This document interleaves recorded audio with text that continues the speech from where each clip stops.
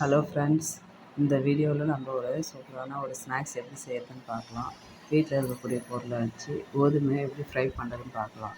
அதுக்கு நான் ரேஷன் கடையில் வாங்கின கோதுமையை க்ளீன் பண்ணி வாஷ் பண்ணி எடுத்து வச்சுருக்கிறேன்.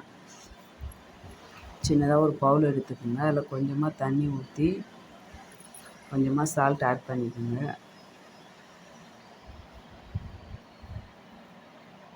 அதை நல்லா மிக்ஸ் பண்ணிவிட்டு நம்ம எடுத்து வச்சுருக்க கோதுமையில் ஊற்றி நல்லா கலந்து விட்டுக்கலாம்.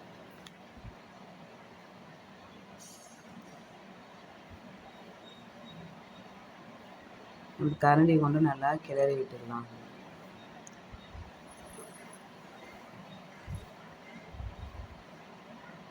கிளறி விட்டுட்டு அப்படியே ஒரு 5 நிமிஷம் அப்படியே வச்சுருங்க.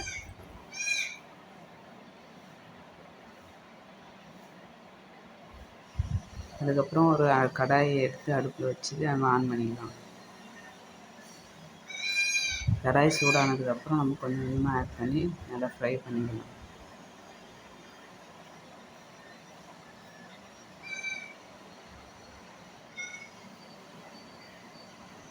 கிளறி விட்டுட்டே இருக்கணும்.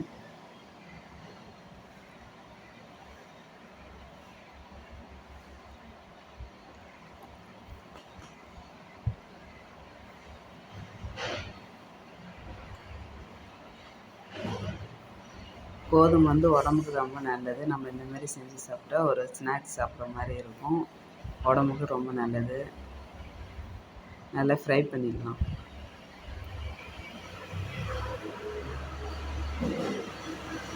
இந்த மாதிரி நல்லா பொரிய ஆரம்பிக்கும். நம்ம அப்படியே கிளறி விட்டுக்கினே இருக்கலாம். ப்ரௌன் கலர் வர்றது வரைக்கும் நம்ம நல்லா கிளறி விட்டுக்கலாம்.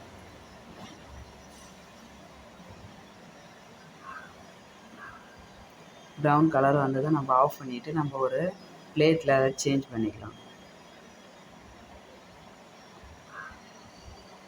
அப்படியே ஆற வச்சுக்கலாம் ஃப்ரெண்ட்ஸ்.